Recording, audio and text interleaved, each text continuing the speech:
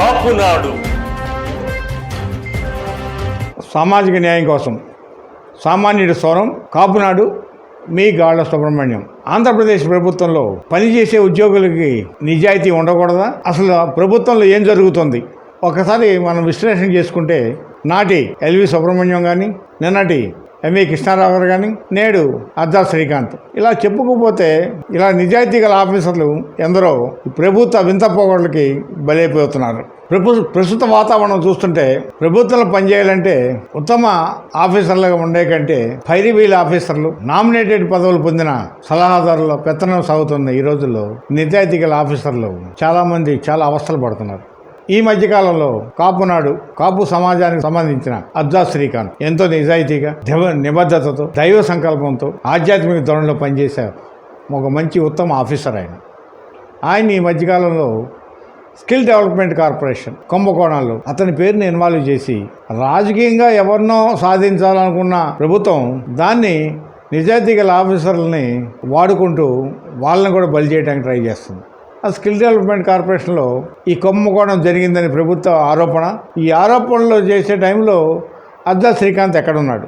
Skill development కేసులో నిజానిజాలు, కుంభకోణం జరిగింది అన్న సమయంలో ఆర్జా శ్రీకాంత్ గారు ఎక్కడున్నారు? సీమన్స్కి ప్రాజెక్ట్ అప్పగించే విషయమై 2015 జూన్ 30న జీవో విడుదలైంది. 2016 మార్చి 21న డిజైన్ టెక్ సంస్థకు ఆంధ్రప్రదేశ్ ప్రభుత్వం 371 కోట్లు చెల్లించింది. 2016 నవంబర్లో ప్రారంభమైన ప్రాజెక్టు 2018 మే నెలకు పూర్తయింది. 2014 నుంచి 2019 వరకు డాక్టర్ ఆర్జా శ్రీకాంత్ ఏపీ భవన్ కమిషనర్గా బాధ్యతలు నిర్వహించారు.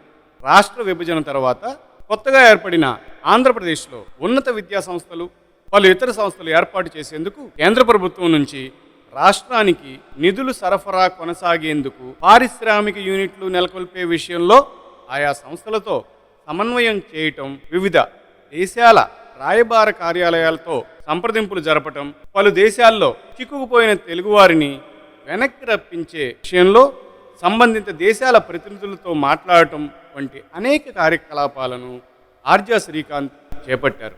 2019 మార్చిలో డాక్టర్ శ్రీకాంత్కి ఆంధ్రప్రదేశ్ స్కిల్ డెవలప్మెంట్ కార్పొరేషన్ ఎండీగా బదిలీ జరిగింది.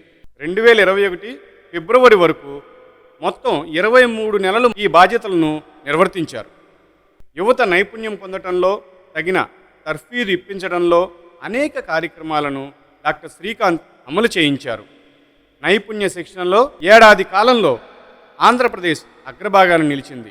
అసోచాం, కేంద్ర ప్రభుత్వాలు తగిన గుర్తింపు ఇవ్వడంతో ఆంధ్రప్రదేశ్ అగ్రభాగాన్ని నిలవడం జరిగాయి. 2020 మార్చి నుంచి 2021లో కరోనా కంట్రోల్ అయ్యే వరకు ఆంధ్రప్రదేశ్ కోవిడ్ నోడల్ అధికారిగా బాధ్యతలు నిర్వహించి సాధారణ ప్రజలకు కోవిడ్ బారి నుంచి ముప్పు లేకుండా వైద్య ఆరోగ్య శాఖతో నిత్యం సంప్రదింపులు జరుపుతూ ప్రజలకు అవసరమైన సమాచారాన్ని శ్రీకాంత్ చేరువ చేశారు. కరోనా కాలంలో కూడా యువతకు ఎలాంటి ఇబ్బందులు లేకుండా ఆన్లైన్ ద్వారానే నైపుణ్య శిక్షణను కొనసాగించారు. 2021 ఫిబ్రవరి నుంచి సెప్టెంబర్ వరకు R&B స్పెషల్ సెక్రటరీగా పనిచేసి అదే నెలలో విఆర్ఎస్ తీసుకుని విధుల నుంచి బయటికి వచ్చారు. ఆ టైంలో శ్రీకాంత్ ఢిల్లీలో ఆంధ్రప్రదేశ్ కమిషనర్గా పనిచేస్తూ అందరికీ తలలో నాలుగుగా ఉంటాడు. నిక్కచ్చితనంగా, నిర్మూలమాటంగా. ఆయన ఆంగికం చూస్తే మీరు ఒక్కసారి ఈయన తప్పు చేసేవాడా కాదనేది మనకి ఈజీగా తెలిసిపోతుంది. అంత సౌమ్యమైన వాతావరణంలో ఒక ఆఫీసర్లా కాకుండా సామాన్య మానవులాగా ఉంటూ ప్రజాసేవ చేయాలనే ఉద్దేశంతో, తను చదువుకున్న చదువుకి న్యాయం చేయాలనే ఉద్దేశంతో, ఎలాంటి ప్రలోభాలకు లొంగకుండా నిక్కచ్చితన పనిచేశారు. కాబట్టి ఈరోజు ఆయనకి ఇలాంటి ఇబ్బందులు కలగజేస్తున్నారు ప్రభుత్వం. ఇదేంటంటే ఒక రకంగా చూడాలంటే మొదటి నుంచి ఈ వైఎస్ఆర్ వారసత్వంలో వచ్చిన జగన్మోహన్ రెడ్డి ప్రభుత్వం పన్నుకొట్టుకొని కాపుల్ని ఒక టార్గెట్ చేస్తుంది. పేరుకి తెలుగుదేశం పార్టీ నా ప్రత్యర్థి వర్గం అని చెప్పి వాళ్ళని చూపించి వెనకాల కాపుల్ని టార్గెట్ చేస్తున్నారు. ఎందుకంటే మీరు చూసుకోండి, రాజకీయంగా అన్ని కులాలని అక్కని చేర్చుకుంటున్నాడు జగన్మోహన్ రెడ్డి. కానీ కాపుల విషయానికి వచ్చేసరికి చాలా దూరంగా ఉంచుతున్నాడు. మీకు ఈ మధ్యకాలంలో జరిగిన అనేక సంఘటనలు, అందరి తల్లో నాలుగుగా ఉండే సామినేని ఉదయభాన్ని దూరంగా పెట్టడం, తన శిష్యవర్గంగా ఉన్న వాళ్ళని తీసుకెళ్లి మంత్రి పదవి ఇచ్చి అందరి మెక్కించి ఈయన్ని అవమాన పాలు చేయటం, అలాగే ఆఫీసర్స్ని ఫోకల్లో కాకుండా నాన్ ఫోకల్లో ఎక్కువ మంది ఉంచుతారు. అంటే ప్రజలతో సంబంధం లేని పదవులని ఆఫీసర్లకు ఇవ్వటం, ఏదైనా నామినేటెడ్ పదవులు వచ్చినప్పుడు వేరే సామాజిక న్యాయం అని చెప్పి కాపుని దూరంగా పెట్టి మిగతా వర్గాలకి పదవులు ఇవ్వటం. అంటే ఈ రాష్ట్ర జనాభాలో కాపు అనే పేరు మీద ఓసీ కాపులు కానివ్వండి, బీసీ కాపులు కానివ్వండి దాదాపు 35% పైగా ఉన్నారు. జనాభాలో 35% ఉన్న కాపులు సామాజిక న్యాయంలో లేరా? అసలు ఎందుకు ఈ కుట్ర కాపుల మీద? దానికి పరాకాష్ట ఇవాళ అజ్జా శ్రీకాంత్ మీద జరిగిన ఈ కుట్ర. నేను ఈ సందర్భంగా కాపు సోదరులందరికీ, కాపు సంఘీయులందరికీ ఒక విజ్ఞప్తి చేస్తున్నా. పని కట్టుకొని కాపుల్ని టార్గెట్ చేస్తున్నా జగన్మోహన్ రెడ్డి ప్రభుత్వం మీద మనం ఒక సరైన నిర్ణయం తీసుకోవాలి. ఎందుకంటే ఈ మధ్యకాలంలో 2 సంఘటనలు జరిగినాయి. ఒకటి పవన్ కళ్యాణ్ విశాఖ పర్యటనలో ఆయనపై చేసిన హడావుడికి ఆంధ్రప్రదేశ్లో ప్రజలంతా తిరగబడే మనస్తత్వం వచ్చేసింది. దీనికి తోడు ఇటీవల తెలుగుదేశం పార్టీలో చేరిన కన్నా లక్ష్మణతో చేరడంతో ఏమైందంటే ఒక్కసారి టీడీపీ పార్టీలో ఒక ఉత్సాహం వచ్చేసింది. ఎందుకంటే మీకు గుంటూరు ప్రాంతం నుంచి చూస్తే గుంటూరు కానీ, నర్సరావుపేట, పల్నాడు కానీ, ఇటు ప్రకాశం జిల్లా కానీ, ఇటు నెల్లూరు ఈ ప్రాంతాల వరకు కన్నా ప్రభావం విపరీతంగా కనపడింది. ఎందుకంటే ఎవరు వచ్చినా ఆప్యాయంగా పలకరిస్తూ ముందు వాళ్ళ సమస్యను తెలుసుకొని ముందు వారి సమస్యను పరిష్కరించే విధంగా తన పర్సనాలిటీని ఉపయోగించడంతో ప్రజలు విపరీతంగా ఆయన్ని ఒక స్పందన గల నాయకుడిగా కన్నా లక్ష్మణ్ చూస్తారు. ఈ 2 సంఘటనలు జరిగిన తర్వాత కాపుల్లో ఒక ఆలోచన వచ్చింది. మన స్థానాన్ని మనం వదిలిపరుచుకోవాలనే ఉద్దేశంతో వాళ్ళు రాజకీయంగా ఎన్నో మార్పులకి నాంది పలుకుతున్నారు కాపులు.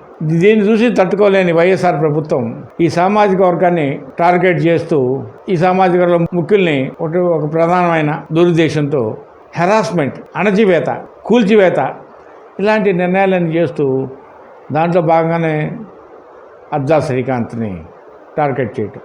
మీకు వాస్తవాలు కావాలంటే మాట్లాడచ్చు, కానీ సిబిసిఐడి చుట్టూ తిప్పుతూ ఒక మనిషిని, నిజాయితీ గల ఆఫీసర్ని ఇలాగ అరెస్ట్ చేయటం వల్ల రానున్న కాలంలో ప్రభుత్వంలో నిజాయితీ గల ఆఫీసర్సే తగ్గిపోయే పరిస్థితి ఏర్పడటం కాకుండా ఇంకేంటంటే జగన్మోహన్ రెడ్డి గారు ఎలాగైతే మాయతోనో మర్మంతోనో అధికారంలోకి వచ్చారో అలాగే ప్రభుత్వంలోని ఆఫీసర్లను కూడా ఈయన చదివి ఆఫీసర్లు అయ్యే కంటే నామినేట్ పదవులు సృష్టించి వాళ్ళకే పదవులు అవి చెప్తే బాగుంటుంది. అంటే నిజాయితీకి ప్రభుత్వంలో విలువ లేదా?